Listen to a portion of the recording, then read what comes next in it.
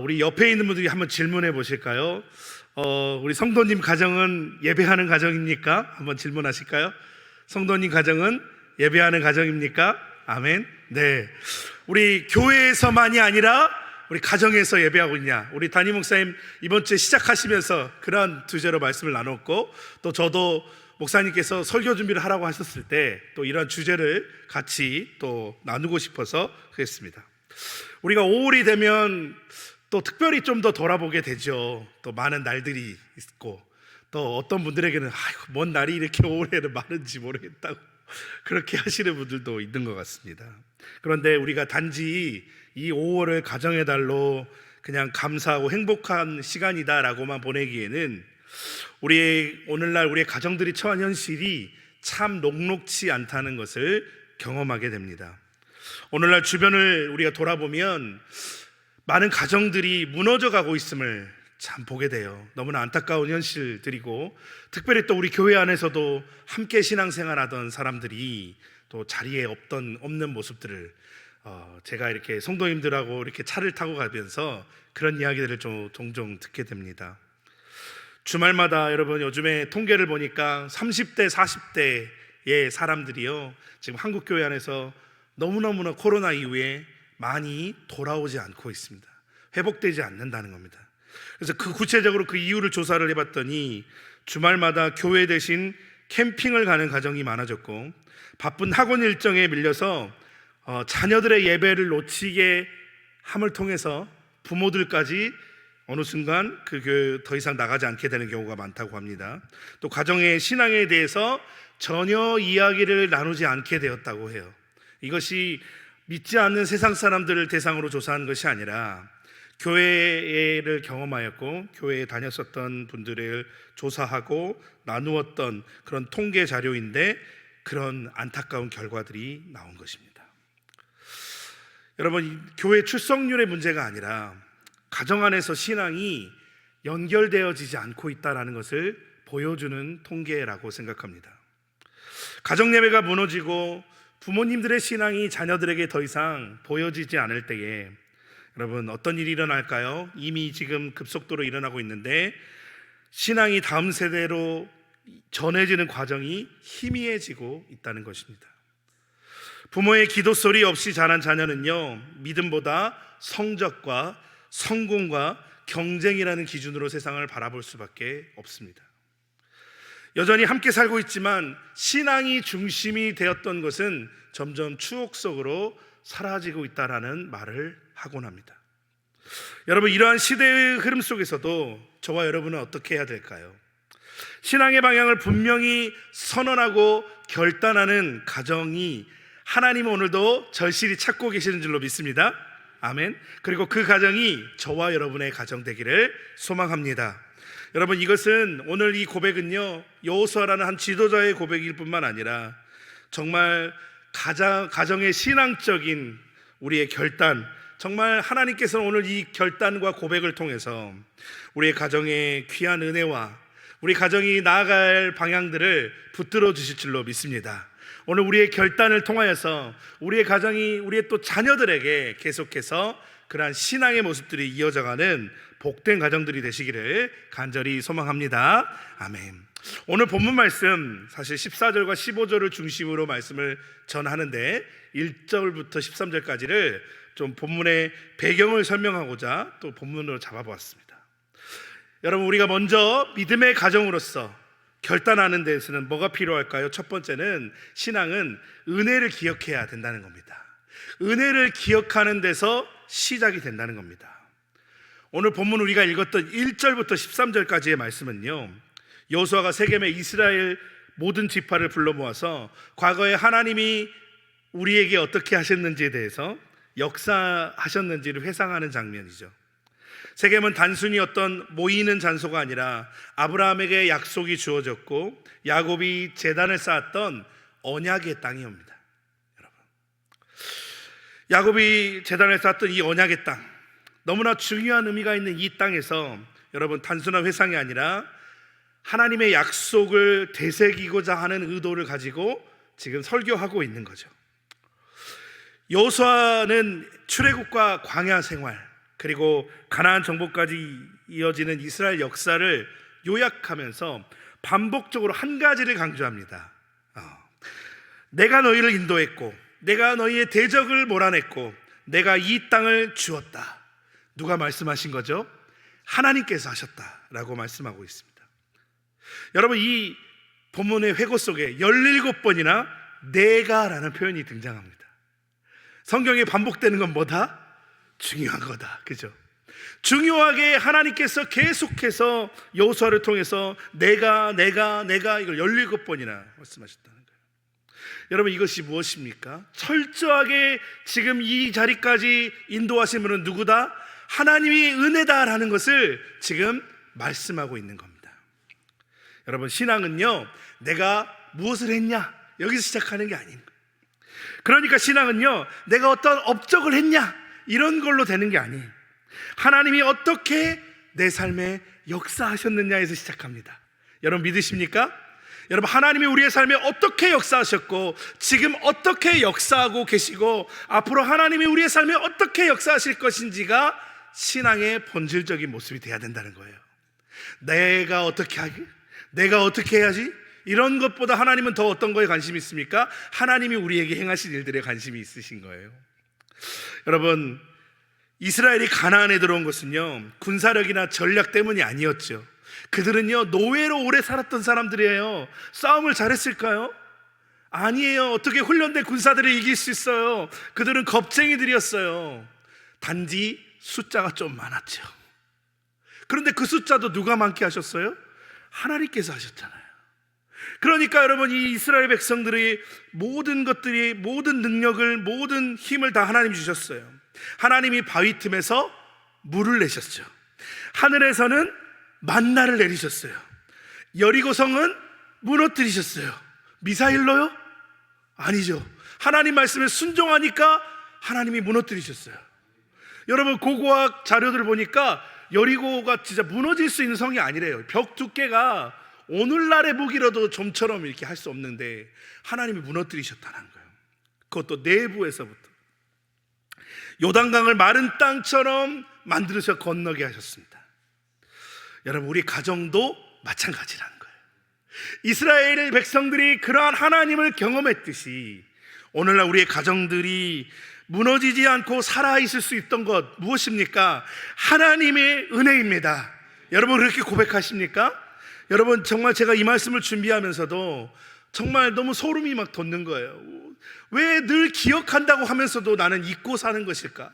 하나님이 우리의 가정을 지금까지 붙들어 주셨고 지금까지 함께 하셨기 때문에 앞으로도 인도하실 것이라는 사실을 왜 늘 입으로는 말하면서도 정작 기억하고 있지 않을까? 여러분, 경제적 위기 속에서도 때로는 자녀가 아프고 때로는 부모님이 아프고 때로는 내가 아프고 또 때로는 부부의 갈등이 있고 또 때로는 여러 가지 상황 속에서 가정의 위기가 닥칠 때에도 여러분, 하나님은 여전히 우리를 붙들어 주시는 것을 믿으시기 바랍니다. 여러분, 정말 이러한 상황, 모든 상황이 다 하나님의 은혜라는 거예요.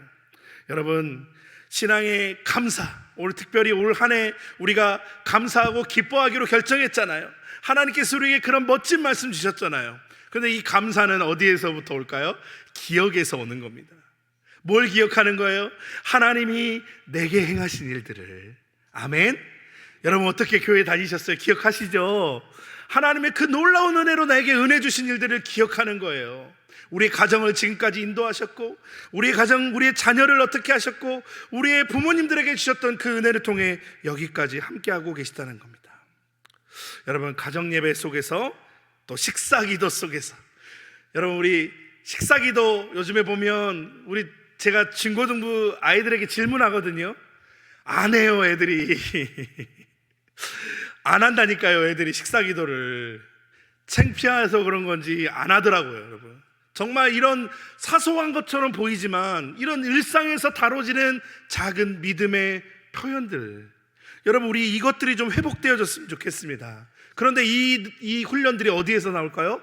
가정 예배 가운데서 나온다는 것입니다. 여러분, 시편 기자가 시편 103편 2절에 이렇게 말합니다. 내 영혼아 여호와를 송축하라. 그가 베푸신 모든 은택을 잊지 말지어다. 아멘. 잊지 말라는 거예요. 우리의 영혼에 명령하십시오. 선포하십시오. 근데 하나님이 행하신 은택을 잊지 말라는 겁니다. 여호수아가 백성에게 하나님의 은혜를 다시 상기시켜 준 것은 단순히 역사 공부하라고 그런 걸까요? 아닙니다. 은혜를 기억하는 이들에게 감사가 선포되고 감사를 선포하는 자들에게 주님을 향한 결단이 이어지기 때문에 그렇습니다. 그리고 그렇게 결단하는 자를 하나님이 어떻게 하실까요? 인도하시고 보호하시고 끝까지 책임지신다는 거예요. 그게 바로 하나님의 자녀들의 모습인 줄 믿으시기 바랍니다.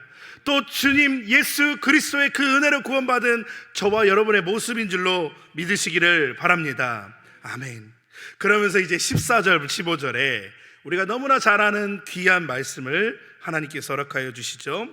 강력하게 권면합니다. 14절 보니까 그러므로 이제는 여호와를 경외하며 온전함과 진실함으로 그를 섬기라. 너희의 조상들이 강 저쪽과 애굽에서 섬기던 신들을 치워버리고 여호와만 섬기라. 아멘. 여러분, 먼저 여호와를 경외하라 이렇게 말씀하시죠. 여호와를 경외하라는 단순히 두려워하라는 말로도 표현할 수 있고요, 또 하나님을 또 경외하라는, 하나님을 좀 존경해라 이런 말도 쓰일 수 있습니다. 그러나 오늘 경외하라는 표현을 찾아보니까 삶 중심에 하나님을 두는 태도를 말한다라고 합니다. 이 하나님을 경외한다는 것은요, 우리의 삶 중심에 하나님을 두는 태도를 말한다는 거예요. 그러니까 뭘 하든지 우리가 우리의 중심에는 뭐가 있어야 되는 거예요? 하나님께서 기뻐하실까? 하나님이 나를 어떻게 생각하실까? 모든 판단과 선택과 말의 행동의 기준이 하나님이냐, 이걸 지금 묻고 있는 겁니다. 여기서 쓴 히브리어 야레라고 하는 것은 단순히 감정이 아니라 행동으로 드러나는, 순종으로 드러나는 경외함을 이야기하는 거예요. 하나님을 거룩히 여겨서 순종으로 드러나는 경외함. 여러분, 하나님을 두려워하는 사람은 어떨까요? 그분의 명령을 따르게 돼요. 왜요? 하나님의 말씀이 너무나 귀하기 때문에 그 말씀을 순종하지 않고 견딜 수 없는 거죠. 또 그것을 두려워하게 되는 겁니다. 그의 명령을 따르고 주님의 뜻에 순종하면서 삶의 모든 영역에서 누구를 의식합니까? 하나님을 의식하는 거예요. 제가 아이들에게 이렇게 설명했어요. 요즘에 여러분, 주차장에 있는 차를 받으면 어떻게 될까요? 연락해야죠. 아이고 선생님, 제가 실수로 그랬습니다. 그런데 여러분, 이것이 이렇게 사람들이 솔직하게 전화하게 된 지가 얼마 안 됐다 그럽니다. 왜일까요? 블랙박스를 인식하고 있는 거예요. 지하주차장의 CCTV를 인식하고 있는 거예요. 여러분, 우리가 하물며 CCTV 블랙박스만 인식을 해도 사람들이요, 범죄하지 않으려고 하고, 적어도 거기에서는 솔직해지려고 하잖아요. 여러분, 거기에서는 범죄하지 않으려고 하죠. 예. 속도 위반 카메라 앞에서는 어떻게 합니까? 속도를 줄입니다. 그런데 여러분, 하나님을 인식한다면 우리가 어떻게 하겠냐는 거죠. 하물며 우리가 그 CCTV 블랙박스의 강력함도 우리가 인정하면서 살아가면서 왜 우리의 삶에 하나님이 우리 가운데 계시다는 걸 인정하지 않냐는 거예요. 하나님은 여러분, 우리 가운데 함께 하시는 분입니다. 아멘. 단지 우리가 말로 고백으로 끝나는 게 아니라 우리 하나님을 CCTV보다 블랙박스보다 인정하지 못하면 어떻게 되겠습니까? 여러분, 하나님이 늘 나와 함께 하신다는 겁니다. 그래서 삶의 모든 영역에서 하나님을 의식하며 살아가는 것이 지금 오늘 이 말씀의 핵심입니다. 경외하며 하나님을 의식하라는 거예요. 하나님을 순종하며 받아들이라는 겁니다. 그리고 이어지는 온전함과 진실함이라는 표현, 겉으로만이 아니라 우리의 마음속 깊은 곳에서부터 우러나오는 하나님에 대한 순종, 억지로 막 하는 게 아니라, 여러분, 우리 사랑하면 어떻게 돼요? 그 사람 말을 어떻게든 들으려고 해요. 여러분, 짝사랑 많이 안 해보셨죠? 전 많이 해봤습니다. 제가 또 얼마나 잘 빠졌는지 몰라요, 짝사랑에. 짝사랑을 하니까 저는 이 말씀을 너무 이해해요. 왜 그런지 아세요? 짝사랑을 하니까 어떻게 되냐면 귀를 기울여요. 그 사람이 뭐라고 말하지? 뭘 좋아하지? 알고 싶어서, 그리고 그렇게 하고 싶어서. 어떤 사람이 되길 원하지? 여러분, 우리가 하나님을 사랑한다는 건 무엇입니까? 하나님께 감사한다는 건 무엇입니까? 하나님의 말씀에 귀를 기울이고 어떻게든 하나님이 원하는 사람이 되려고 하는 거 아니겠어요? 억지로가 아니라 기쁨과 감사로 하는 거예요. 여러분, 힘들지 않아요. 그렇게 하는 건 그렇잖아요. 힘들지 않습니다. 기쁨이 넘칩니다. 다른 사람이 볼 때 야, 그렇게까지 해야 돼? 하는 것도 마음에서 우러나니까 힘들지 않는 거예요. 여러분, 오늘 하나님 말씀 앞에 이 여호수아를 통해서 하나님께서 이 백성들에게 하나님 외에 다른 우상을 두지 않는 전심, 진실함과 온전한 신앙에 대해서 그렇게 이야기하고 있습니다. 단순히 하나님을 믿으라는 말을 하고 있지만, 여러분, 이 말을 이제 이 말씀 다음에 어떤 말씀을 합니까? 14절 후반에 너희의 조상들이 강 저쪽과 애굽에 섬기던 신을 어떻게 하라 그래요? 치워버리래요. 치워버리라는 겁니다. 여러분, 이 치워버리라는 표현이 단순히 마음의 생각을 바꾸는 정도가 아니라 실제로 그것을 버리고 분리하고 끊어내는 적극적인 행위를 이야기하는 거예요. 그러니까 단순히 치워버리는 게 우리가 뭐 밥상 치우는 게 아니라, 내가 오늘 하나님을 온전히 섬기지 못하게 하는 것도 어떻게 하라고요? 적극적으로 나서서 걷어내버리라는 거예요, 하나님께서. 여러분, 오늘 저와 여러분에게 이러한 믿음이 있기를 소망합니다. 우리 하나님을 경외하려면 어떻게 해야 돼요? 방해하는 요소들을 걷어내야 되는 겁니다. 여러분, 그래서 여러분, 우리 가정에도 어떨까요? 우리 가정 예배로 나아갈 때 우리 가정에도 뭐가 있을까요? 치워야 할 신들이 있습니다. 눈에 보이는 형상은 아니지만 신앙을 방해하는 세속적 가치가 있습니다. 우리 가정 안에 잘못된 기준들이 있습니다. 자녀의 성적이 가정의 중심이 되는 세태에 살고 있습니다. 여러분, 제가 다음 세대 살아가면서 참 안타까운 건 뭐냐면, 주님을 예배하는 것보다 그 아이들의 성적이 조금이라도 나빠질까 봐 두려워하는 그러한 모습들을 볼 때에 너무나 마음이 아픈 거예요. 그렇게 돼서 아이들의 예배를 소홀히 하게 하는 그 부모님들의 모습을 제가 너무나 마음이 아프게 경험하게 됩니다. 물질이 삶의 판단 기준이 됩니다. 여러분, 그런데 그 모습이 누구에게 흘러갈까요? 우리의 자녀들에게 흘러가는 거예요. 야, 우리 부모님 보니까 어려울 때 하나님보다 더 좋은 게 있네. 여러분, 그렇게 찾게 된다는 겁니다. 그래서 우리가 여호와만을 섬기고 주님을 예배하는 가정 되기 위해서 어떻게 해야 될까요? 그것들을 치워버려야 된다는 겁니다. 사랑하는 성도 여러분, 오늘 이 밤에 우리가 이따 또 기도할 건데, 하나님 우리 가정에 치워야 될 것들을 생각나게 하실 줄로 믿습니다. 여러분, 우리가 주님만을 섬기고 예배하는 가정이 될 때 그것을 방해하는 요소는 무엇이 있습니까? 여러분, 하나님께서, 성령께서 오늘 우리 마음을 조명하여 주셔서 우리의 가정 안에 치워야 될 것들을 여러분 치우게 하실 때에 순종하는 저와 여러분 되시기를 소망합니다. 여러분, 온전함과 진실함으로 여호와를 섬기라는 말씀, 여러분, 이 말씀이 저와 여러분의 가정의 신앙의 기준이 되어야 합니다. 부모로서 자녀에게 보이는 모습은요, 겉모습이 아니라 일관된 삶에 대해서 말씀합니다. 주일에만 예배하는 모습이 아니라, 오늘 여기 나오신 분들처럼 뭔 예배가 이렇게 많아? 이렇게 하시는 분도 많이 있더라고요. 수요일에도 예배에도, 금요 우리 기도회에도 나오고, 새벽에도 나오고, 또 교회에서 뭔가 특별한 일이 있으면 나와도 아이고 힘들어 아이고 우리 목사님 왜 이렇게 힘들게 하지, 이렇게 하는 게 아니라 감사하는 거예요. 예배가 있음에 감사하고 기뻐하는 모습고 자녀와 함께 여러분 예배하는 겁니다. 일관된 삶을 살아가는 거예요. 갈등 앞에서도 내가 먼저 손 내밀지 못하고 용서하십시오. 또 재정 앞에서는 정직한 모습으로, 실패 앞에서는 낙심은 잠깐 하지만 그러나 하나님 앞에 기도하는 모습으로 나아가자는 겁니다. 여러분, 그렇게 하나님을 섬기는 모습으로 살아갈 때에 오늘 여호수아가 백성들에게 강조하던 그 여호와를 온전함과 진실함으로 섬기는 모습이 저와 여러분의 삶을 통해 선포될 줄로 믿습니다. 그리고 그것이 우리의 가정의 모습이 되기를 소망합니다. 여호수아는 지금 이 명령을 어떻게 강조합니까? 지금, 오늘 이렇게 강조합니다. 다음에 하지 마시고 지금 이 말씀을 하나님 우리에게 주실 때에 결단하기를 소망합니다. 곧장 결단하고 가정의 신앙의 중심이 하나님임을 기억하면서 이 말씀이 저와 여러분의 오늘 우리의 삶 안에 결단되어져서 기도하는 것까지 이어지고 또 삶에 행하는 그런 연결되어지는 귀한 말씀 되기를 소망합니다. 자, 이제 세 번째로 15절 말씀입니다. 뭐라고 말씀하실지 함께 보실까요? 만일 여호와를 섬기는 것이 너희에게 좋지 않게 보이거든 너희가 섬길 자를 너희 조상들이 각 족족에서 섬기던 신들이든지 또는 너희가 거주하는 땅에 있는 아모리 족속의 신들이든지 너희가 섬길 자를 오늘 택하라. 오직 나와 내 집은 누구를 섬깁니까? 여호와를 섬기겠노라. 아멘. 여러분, 얼핏 보면 두 가지 선택을 제시하는 것 같지만 사실 이것은 마음껏 먹어, 난 짜장면 이렇게 하는 거랑 똑같은 거예요. 사실 여러분, 하나님만 섬기자는 겁니다. 다 버리고 우리 하나님만 선택하자는 겁니다.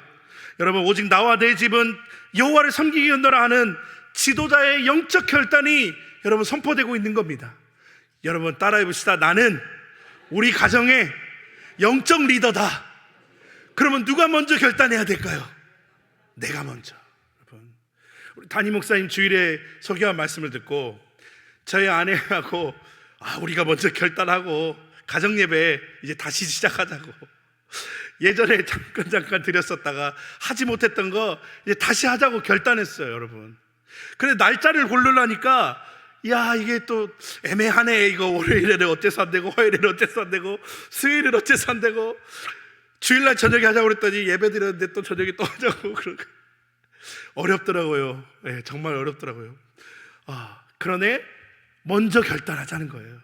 저와 여러분, 이 자리에 계신 여러분과 저희가 가정의 영적 리더임을 붙드시고 먼저 결단하기를 소망합니다.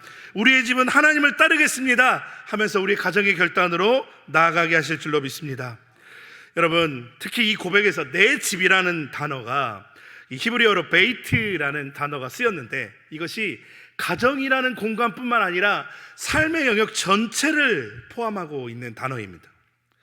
집안 사람들뿐만 아니라 이 가정의 가치관, 분위기, 우선순위, 우리의 가정의 어떤 문화 전체가 여호와 하나님 중심으로 다시 재편되어져야 함을 지금 이 말씀에서 하고 있는 겁니다.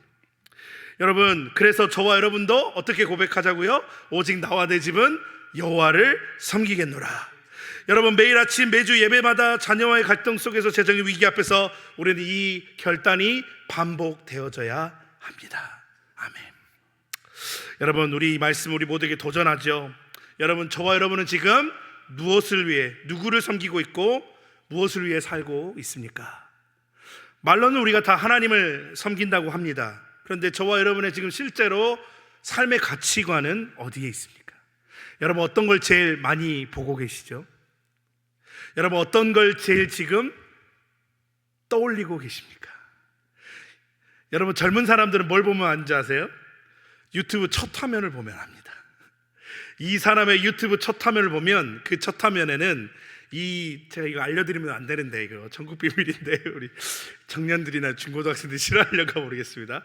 첫 화면을 딱 보면 이 친구가 평소에 뭘 보는지를 이 유튜브라는 얘가 그 관심 있는 것들 추천해주면서 첫 화면에 뿌려주는 거예요.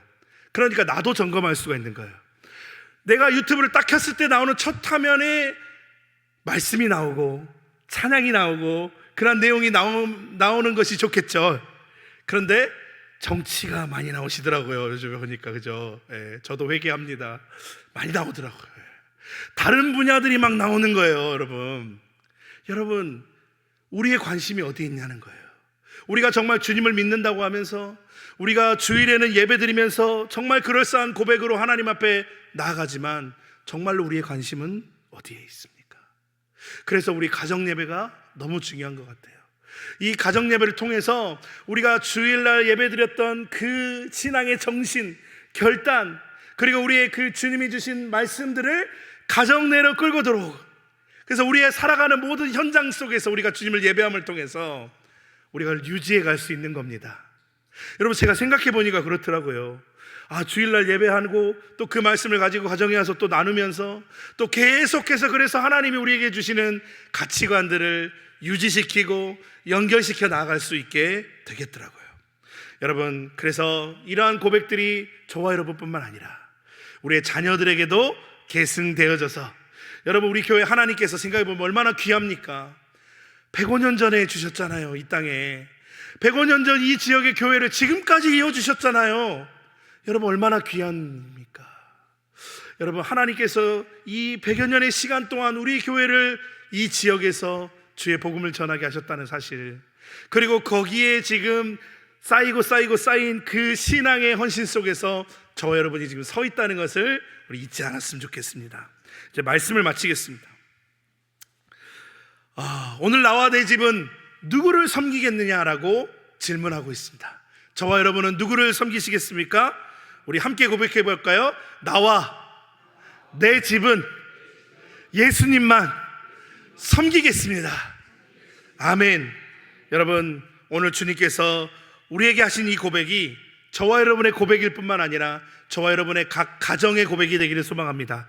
그래서 정말 이 5월 가정의 달을 통해서 또 우리 교회에서 계속해서 진행하는 그런 캠페인들을 통해서 우리의 가정 예배가 회복되어져서 정말로 우리 남성교회 모든 가정 예배가 은혜와 그 사랑이 끊이지 않는 그러한 가정 예배로 선포되어서 정말로 놀라운 부흥과 은혜가 우리 가정을 통해서 우리 교회에도 또 연결되어지고 교회에서 일어난 부흥이 가정에까지 선포되어지는 그런 놀라운 은혜가 있기를, 그러한 경험을 하시기를 간절히 소망합니다.